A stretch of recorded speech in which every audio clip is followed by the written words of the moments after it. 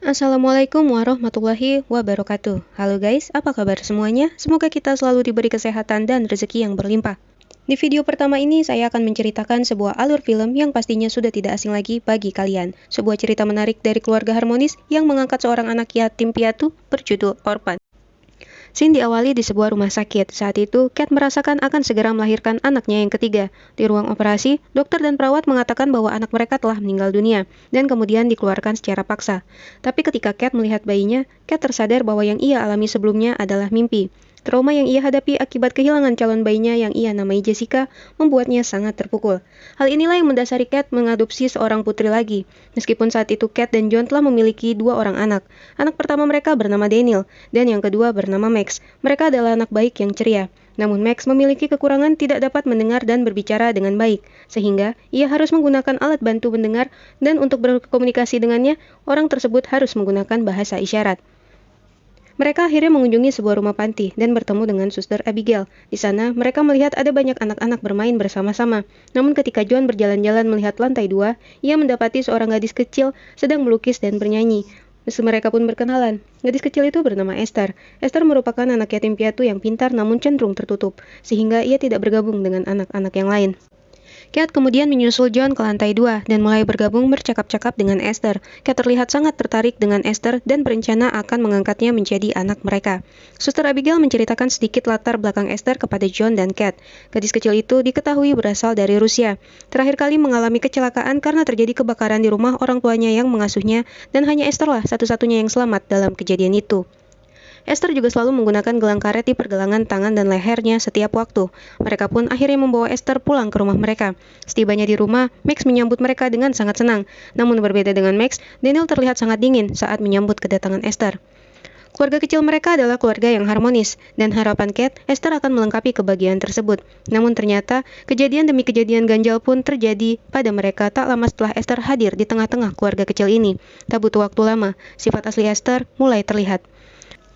Keanehan dimulai saat suatu pagi ketika Esther mengajak Max bermain dengan kereta seluncur es. Ia memainkan kereta tersebut di atas air yang mengeras. Padahal, anak seusia Esther harusnya paham bahwa es yang mengeras sangat berbahaya untuk dilewati. Cat yang melihat hal tersebut kaget. Ia berusaha mengingatkan Max dan Esther bahwa hal itu berbahaya. Rupanya, Max pernah hampir tenggelam saat sedang bermain di kolam yang mengeras. Tak sampai di situ, setelah bermain seluncuran di kolam, Esther dan Max menghampiri Daniel yang kala itu sedang bermain tembak-tembakan, namun tidak sengaja mengenai seekor burung dan terluka. Daniel yang merasa bersalah tampak sangat sedih melihat kondisi burung tersebut. Namun di luar perkiraan, Esther yang melihat kejadian tersebut justru memukul burung menggunakan batu hingga burung tersebut mati. Esther mengatakan kepada Daniel dan Max bahwa jiwa burung tersebut sudah tenang karena mereka sudah membiarkan rasa sakitnya hilang. Selanjutnya kejadian di mana John sedang bertugas membawa Esther dan Max berjalan-jalan ke taman. Di sana, John sempat disapa oleh seorang wanita yang merupakan tetangga mereka. Saat itu pula, Esther melihat teman sekelas mereka bernama Brenda. Kebetulan datang ke taman untuk bermain.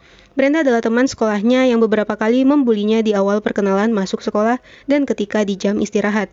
Saat itu, Brenda mengolok-olok cara berpakaian dan kebiasaan Esther membawa Alkitab ke sekolah. Ketika melihat Brenda sedang sendirian, Esther seakan-akan mendapatkan kesempatan untuk membalas dendam. Esther mengikuti Brenda yang sedang bermain dan mulai melakukan aksi kriminalnya. Saat itu, tak ada orang yang memperhatikan. Ia mendorong Brenda dari perosotan hingga menyebabkan kakinya patah.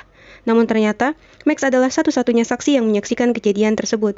Saat makan malam, John menanyakan kecelakaan tersebut kepada Esther, karena menurut ayah Brenda, Esther adalah orang yang mendorong Brenda hingga terjatuh. Namun Esther menyangkal dan dikuatkan oleh Max. Meskipun melihat kejadian yang sebenarnya, Max menutupi kesalahan yang dilakukan Esther pada saat itu. Keesokan harinya, Suster Abigail tiba-tiba datang mengunjungi rumah Cat dan John setelah sebelumnya sempat berteleponan dengan Cat. Ada hal yang ingin ia sampaikan dan menurutnya sangat penting. Suster Abigail menceritakan penemuannya terkait kasus-kasus yang pernah menimpa Esther. Esther pernah terlibat dalam perkelahian antara dua anak perempuan. Pernah pula terkena kasus pencurian. Dan ketika Suster Abigail mendengar berita yang menimpa Brenda di taman bermain, Suster Abigail menelpon sekolah lama Esther. Ada suatu kejadian menimpa seorang anak laki-laki yang terjatuh dengan gunting di tangannya dan tak sengaja menikam dirinya sendiri tepat mengenai rahangnya. Dan bisa kita tebak, Esther juga berada di sana. Dan kasus terbesar terjadi pada kebakaran rumah keluarga Esther yang lama. Diketahui bahwa kejadian itu adalah kebakaran yang disengaja, tetapi mereka tak pernah menemukan siapa yang menyebabkannya. Suster Abigail menawarkan akan membawa Esther kembali ke panti asuhan. Namun mendengar cerita itu, John tidak percaya.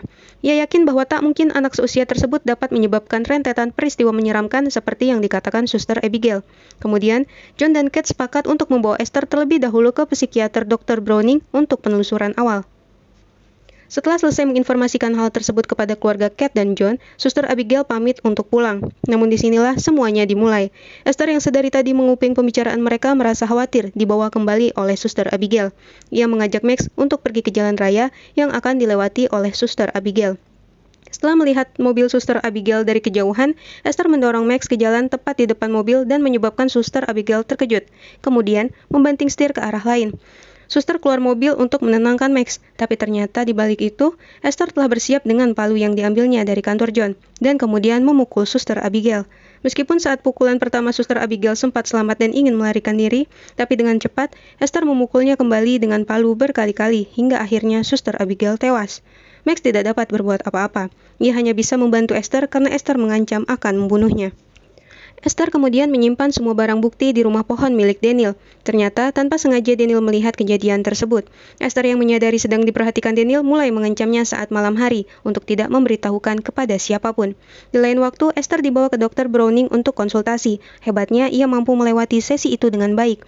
Dr. Browning tidak melihat keanehan pada Esther. Ia justru menyalahkan Kate dalam kasus ini. Padahal yang sebenarnya, Esther sangat khawatir apabila ia terlihat berbohong ketika menghadapi Dr. Browning. Kate mendapat telepon dari panti asuhan. Ia dihubungi oleh seorang suster yang menyatakan bahwa Suster Abigail belum pulang setelah dirinya izin untuk mengunjungi rumah Kate dan John. Hingga akhirnya tim kepolisian menemukan jasad tidak jauh dari jalan raya dan diketahui sebagai Suster Abigail. Kate semakin khawatir. Hal tersebut akan membahayakan anak-anaknya karena berada di sekitar Esther. Ia mencoba meyakinkan John, akan tetapi semuanya tampak sia-sia. Sampai suatu hari, Esther memberikan sebuah kejutan berupa bunga yang dipetiknya sendiri dari taman yang diberikan kepada Kate. Kalian tahu bunga apa yang dipetik oleh Esther untuk Kate? Bunga tersebut adalah bunga yang ditanam untuk mengenang Jessica, anak terakhir Kate dan John yang meninggal dunia. Sangat histeris melihat bunga yang dipotong oleh Esther, Kate menarik Esther hingga terjatuh. Esther pun berteriak untuk menarik perhatian John. Tak hanya sampai di situ, malamnya Esther terus melancarkan aksinya. Ia sengaja meragum tangannya sendiri hingga tulangnya patah untuk membuat dirinya terlihat sangat kesakitan. Ketika tangannya semakin memburuk, ia dapat mengklaim bahwa kejadian itu adalah kesalahan Kate. Kate semakin terpojok. Setelah mengalami masalah dengan tangan Esther, ia pun mengalami masalah-masalah yang mengarah pada kelalaiannya dalam menjaga anak-anaknya. Padahal, semua itu adalah jebakan-jebakan dari Esther. Kate semakin tidak didengar. Sampai akhirnya, Daniel berusaha untuk berkomunikasi dengan adiknya Max dan berencana untuk membongkar semua kejahatan yang dilakukan Esther dengan cara memberikan barang bukti yang diletakkan di rumah pohon kepada orang tuanya. Tapi sayangnya, Esther mendengar semua percakapan antara Daniel dan Max. Di tengah kerungsingan, Kate mencari segala informasi yang bisa ia dapatkan dari panti asuhan. Ia memberanikan diri mengambil Alkitab yang awalnya sempat ia temukan di dalam laci kamar Esther. Dan informasi yang ia dapatkan adalah sebuah tempat bernama Serene Institute. Setelah menghubungi tempat tersebut, tempat yang awalnya dikira sebagai panti asuhan ternyata adalah sebuah rumah sakit jiwa di Esatonia. Semakin rumit, Kate menebak-nebak kemungkinan bahwa ibu Esther adalah pasien di sana dan Esther dilahirkan di sana.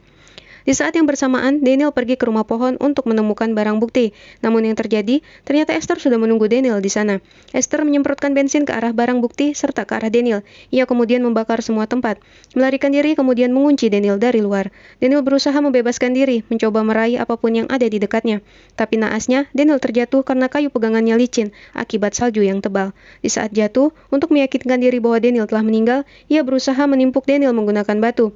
Akan tetapi, hal tersebut berhasil digagalkan oleh Max. Daniel mengalami luka yang cukup serius, namun ia berhasil kembali ke dalam kondisi stabil. Kate terus mencoba memberitahukan segala sesuatu yang ia temukan pada John. Namun, masih dalam keraguan, John belum bisa percaya sepenuhnya pada omongan Kate. Sedang berdebat sengit, Esther melihat adanya peluang untuk dapat melenyapkan Daniel, karena jika Daniel selamat, semua kejahatannya akan terbongkar. Esther tidak diperbolehkan kemana-mana dan kemudian meminta izin kepada neneknya untuk membeli soda.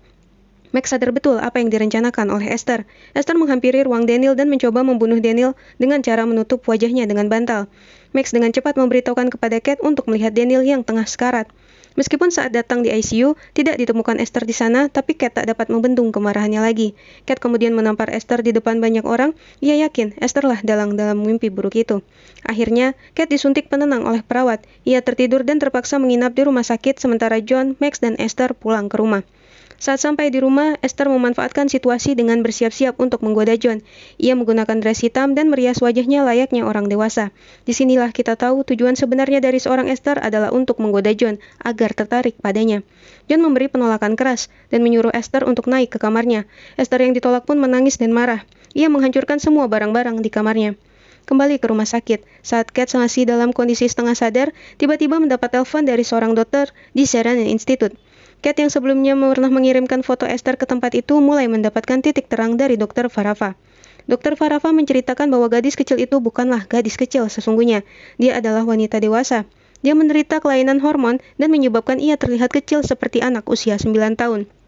Menurut data Dr. Farafa, Esther bernama asli Lina Clemmer dan lahir pada tahun 1976.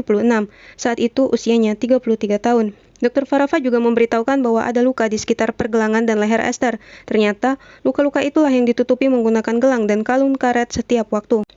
Lina adalah seorang yang berbahaya. Dia kejam. Dia membunuh 7 orang dan telah berpura-pura menjadi anak kecil seumur hidupnya.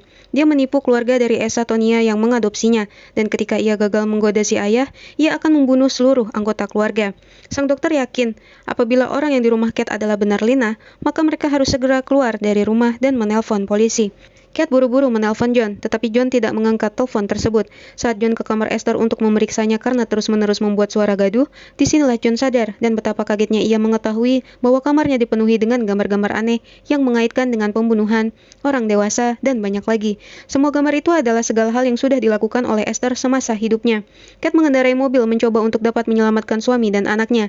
Ia terus mencoba menghubungi John, namun sayangnya tidak berhasil. Kate menelpon 911 untuk menginformasikan hal tersebut dan meminta bantuan pihak berwajib. Namun sayangnya di sisi lain, John sedang ditusuk-tusuk oleh Esther hingga akhirnya tewas. Max yang melihat kejadian ayahnya terbunuh itu sadar bahwa ia adalah korban selanjutnya. Ia berusaha menyelamatkan diri dan bersembunyi.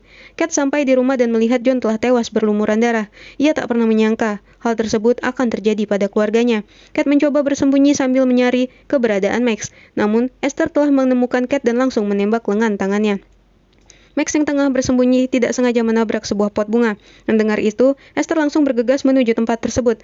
Esther terus menembak secara membabi buta ke arah Max. Tetapi, tepat di atas tubuh Esther, Kate melompat memecahkan kaca dan mendarat.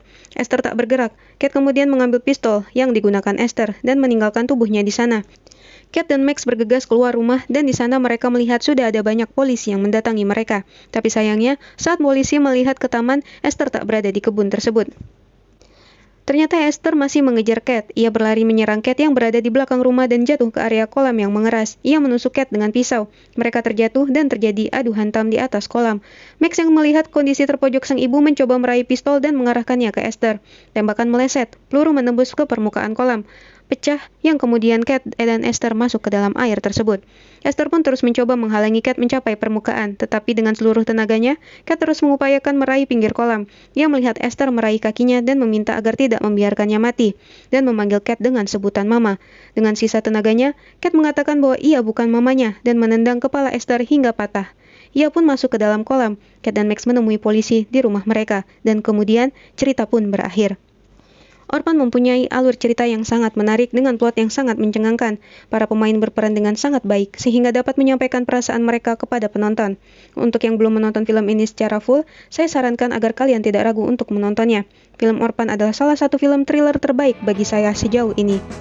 Sekian alur cerita dari Office Look 7. Jangan lupa untuk klik subscribe, like, dan komen jika kalian menyukai alur cerita dari kami, karena bentuk dukungan itu akan membuat kami semakin bersemangat dalam membagikan cerita dari perfilman di dunia. Stay safe. Wassalamualaikum warahmatullahi wabarakatuh.